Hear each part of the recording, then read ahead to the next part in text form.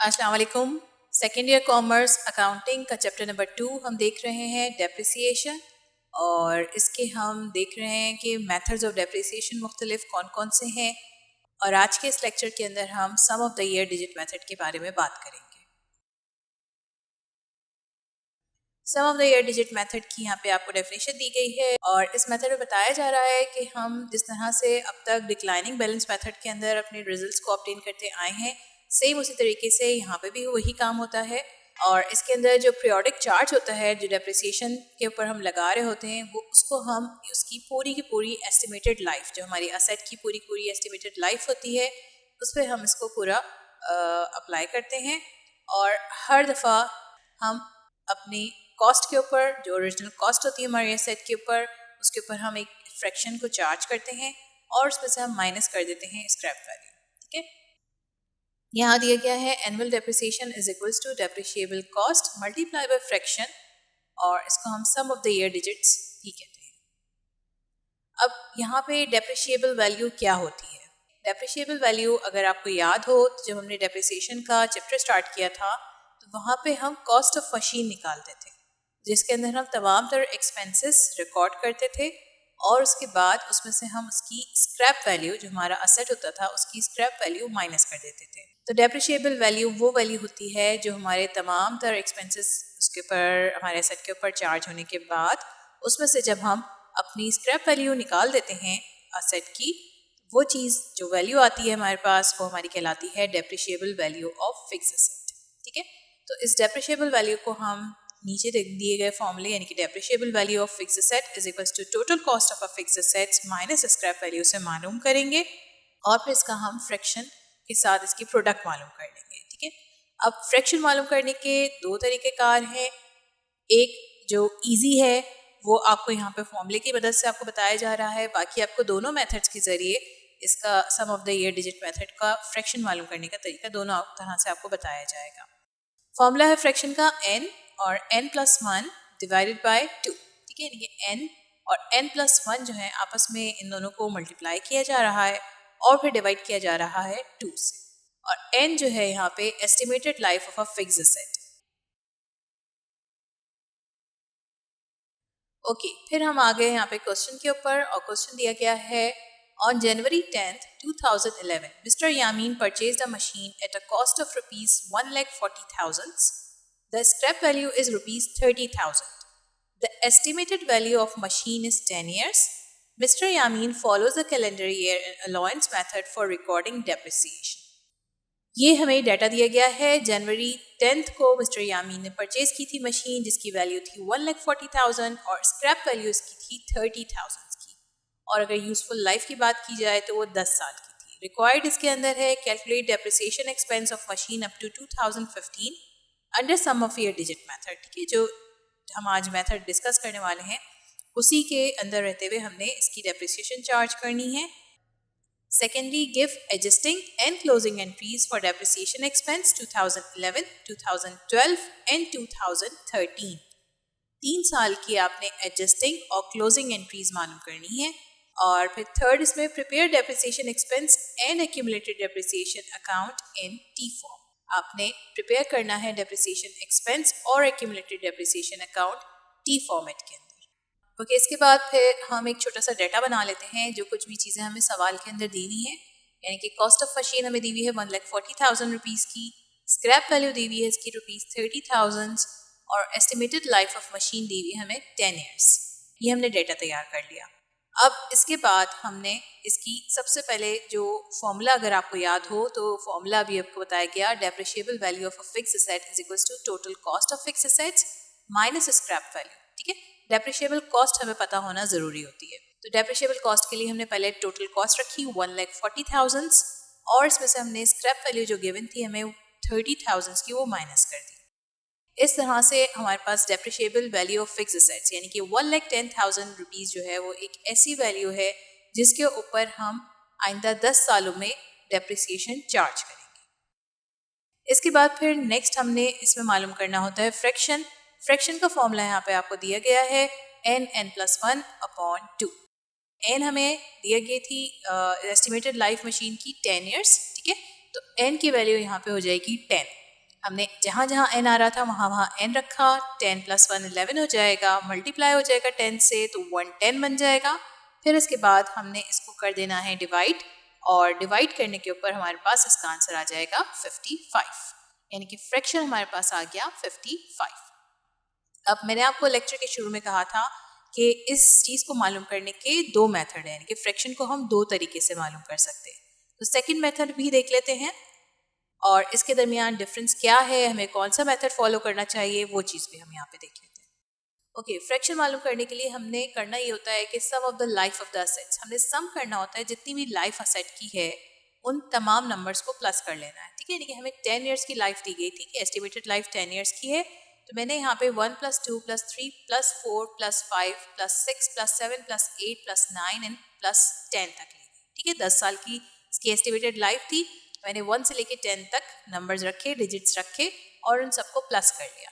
उन सबको प्लस करने के ऊपर हमारे पास आंसर आ गया 55। ठीक है, तो वो बिल्कुल सेम वही आंसर आया है जो कि हमने फॉर्मूले से मालूम किया, या फिर हम इस तरह से प्लस करके जितनी भी एस्टिमेटेड लाइफ आपको दी हुई है वो तमाम डिजिट्स आपस में ऐड कर लें, तो ये आंसर हमारे पास फ्रैक्शन में आ जाएगा। ओके, अब नेक्स्ट चीज़ समझने की ये है कि हम दोनों मेथड में से चूज़ कौन सा करें।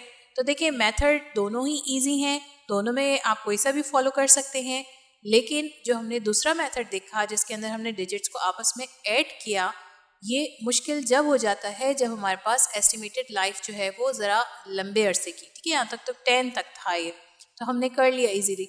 लेकिन अगर किसी मशीनरी की एस्टिमेटेड लाइफ 40 तक दी गई है तो उसको लिखने में आपका टाइम वेस्ट होगा, इसलिए मैं आपको ये सजेस्ट करूँगी कि आपने फॉर्मूले के ज़रिए डायरेक्टली आपने फॉर्मूला रखना है और वैल्यू को ऑब्टेन करना है। एक्यूरेसी भी जो है हमारी थोड़ी सी फॉर्मूले के साथ ज़्यादा बेहतर हो जाती है, क्योंकि इसके अंदर डिजिट्स को काउंट करने में कोई डिजिट रखना भूल गए, उसके अंदर गलती के चांसेस बढ़ जाते हैं। तो आपने फर्स्ट मेथड जो है, फॉर्मूले वाला मेथड जो है, उसको फॉलो करना है। इस तरह से हमारे पास आंसर दोनों का सेम आ रहा है, फ्रैक्शन हमारे पास 55 आ रहा है। ओके, फिर हम आ गए इसके डेप्रिसिएशन स्केड्यूल के ऊपर। ये बिल्कुल इसी तरीके से जैसे अब तक हम पीछे के करते आ रहे हैं, हमने यहाँ पे भी इसका स्केड्यूल तैयार करना है।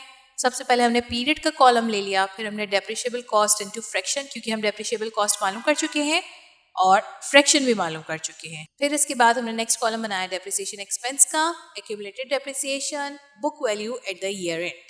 अब यहाँ पे पीरियड्स के अंदर हम ईयरली सारे रिकॉर्ड्स को रखते चले जाएंगे।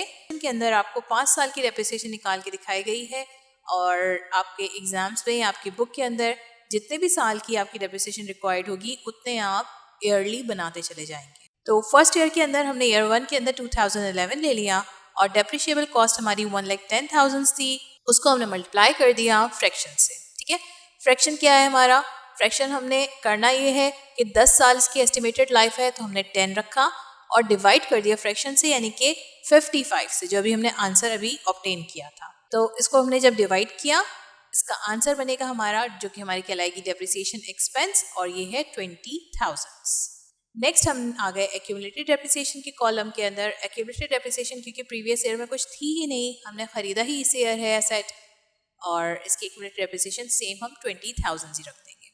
बुक वैल्यू हमने यहाँ पे कम कर दी, बुक वैल्यू हमारी हो गई 1,20,000, जो इसकी ओरिजिनल कॉस्ट थी मशीन की, उसके अंदर से हमने माइनस करा है। ठीक है, आपने 1,10,000 में से माइनस नहीं करना, बल्कि बुक वैल्यू हमारी 1,40,000 थी जो कि हमें सवाल में दी गई थी, उसके अंदर से आपने 20,000 को माइनस करना है, क्योंकि 1,10,000 हमारी डेप्रिशिएबल कॉस्ट है, जबकि बुक वैल्यू जो मालूम की जाती है वो वैल्यू होती है जिसके ऊपर हमने असेट को हासिल किया, हमने खरीदा, परचेज किया। उसके अंदर से हमने जब 20,000 के 1,40,000 में से जब हमने 20,000 माइनस करे हैं, तो book value at the year and हमारे पास आ गई 1,20,000।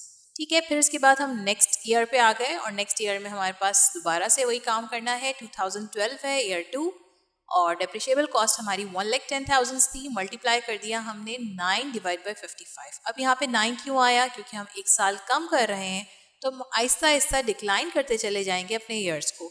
10 साल एस्टिमेटेड लाइफ थी, अब एक साल गुजर गया है, तो 9 डिवाइड बाई 55 हो जाएगा, और इन सबको मल्टीप्लाई और डिवाइड करके आंसर हमारे पास डेप्रिसिएशन एक्सपेंस आ जाएगा 18,000 का। नेक्स्ट हमारे पास एक्यूमुलेटेड डेप्रिसिएशन का कॉलम है। एक्यूमुलेटेड डेप्रिसिएशन हमारी प्रीवियस ईयर की डेप्रिसिएशन और करंट ईयर की डेप्रिसिएशन आपस में ऐड हो जाती है, तो बन जाती है एक्यूमुलेटेड डेप्रिसिएशन, यानी कि 20,000 प्लस 18,000 हमारे बन गए 38,000। नेक्स्ट कॉलम हमारा है book value at the year end, और अब इसके अंदर से हमने जो हमारे पास 1,20,000 की बुक वैल्यू रह गई थी, इसके अंदर से हमने मजीद 18,000 माइनस कर दिए, तो हमारे पास इसकी बुक वैल्यू आ जाएगी 1,02,000।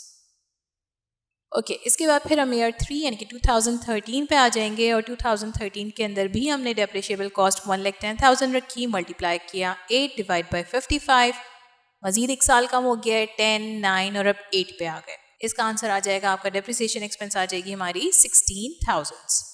और फिर जब हम एक्यूमुलेटेड डेप्रिसिएशन के ऊपर आए तो हमने 16,000 ऐड कर दिए 38,000 के अंदर, या फिर आप ऐसे भी कर सकते हैं कि 16 प्लस 18 प्लस 20 सेम आंसर आएगा। ठीक है, तो मैं डायरेक्टली 38,000 के अंदर 16,000 जब ऐड करती हूँ तो आंसर मेरे पास आता है 54,000। ओके, इसके बाद फिर हम आ गए book value at the year end, और book value at the year end के अंदर 1,02,000 हो चुकी थी हमारी बुक वैल्यू असेट की, और मजीद इसमें से हमने जब 16,000 माइनस कर दिए तो वो बन गए हमारे 86,000। फिर हम आ गए ईयर 4 के ऊपर, और ईयर 4 के अंदर 2014 चल रहा है, 1,10,000 मल्टीप्लाई बाय 7 डिवाइड बाई 55, एक और हमने डिक्लाइन कर दिया इसका ईयर, और इस तरह से इसका प्रोडक्ट और डिवीजन होकर हमारे पास डेप्रिसिएशन एक्सपेंस आ जाएगा 14,000। एक्यूमुलेटेड डेप्रिसिएशन यहाँ पे हो जाएगी 68,000, 54,000 के अंदर जब 14,000 ऐड होंगे, और नेक्स्ट हमारे पास बुक वैल्यू जो रह जाएगी वो 86,000 में से जब हमने माइनस कर दिए 14,000, तो आंसर आ जाएगा हमारा 72,000, जो कि हमारी 2014 में बुक वैल्यू रह गई है मशीन की। ओके, इसके बाद हम ईयर 5 पे आ गए, 2015, और 1,10,000 हमने रखा, मल्टीप्लाई बाय 6 डिवाइडेड बाय 55 कर दिया, एक और ईयर कम कर दिया, और इन सबको जब हम कैलकुलेट करेंगे, मल्टीप्लाई और डिवाइड करेंगे, तो डेप्रिसिएशन एक्सपेंस बनेगी 12,000, और एक्यूमुलेटेड डेप्रिसिएशन इस ईयर में आके हमारी हो जाएगी 80,000। ठीक है, नेक्स्ट हमारे पास book value at the year of end, हम इसको 72,000 को मजीद कम कर देंगे 12,000 से, तो ये बन जाएगा 60,000। तो आप यहाँ पे देख रहे हैं कि हमारे पास मुस्तकिल डेप्रिसिएशन एक्सपेंस जो है, जितने हमारे साल बढ़ते चले जाते हैं, यानी कि जितना हम उसको यूज़ करते चले जा रहे होते हैं, उतना हमारा डेप्रिसिएशन एक्सपेंस ईयरली कम होता चला जा रहा होता है। यानी कि जब हमने मशीन हमने परचेज करी थी, तो हमारे सबसे मैक्सिमम डेप्रिसिएशन एक्सपेंस था 20,000 का। एक साल यूज़ करने के बाद हमने उसको जब चार्ज किया तो वो डेप्रिसिएशन एक्सपेंस हमारा 2,000 रुपये से कम हो गया। लेकिन अगर आप एक्यूमुलेटेड डेप्रिसिएशन की तरफ देखें तो वहाँ पे इस चीज़ को हम इंक्रीज में देखेंगे कि एक्यूमुलेटेड डेप्रिसिएशन इंक्रीज कर रहा है, जबकि डेप्रिसिएशन एक्सपेंस हर साल जितना हम उसको यूज़ करते चले जा रहे हैं उतना कम होता चला जा रहा है। ठीक है, फिर बुक वैल्यू भी इसी तरीके से अफेक्ट कर रही होती है। तो ये हमारा तरीक़ेकार था सम ऑफ एयर डिजिट मेथड को मालूम करने का, और इसके अंदर आपको कोई भी सवाल करना है तो आप हमसे कमेंट सेक्शन में, फेसबुक, इंस्टाग्राम पे, हमारे सिमिलर्स में भी अपने तमाम सवाल पूछ सकते हैं। और ये वीडियो पसंद आई तो इस वीडियो को लाइक ज़रूर कीजिएगा, हमारे चैनल को सब्सक्राइब ज़रूर कीजिएगा। अल्लाह हाफ़िज़।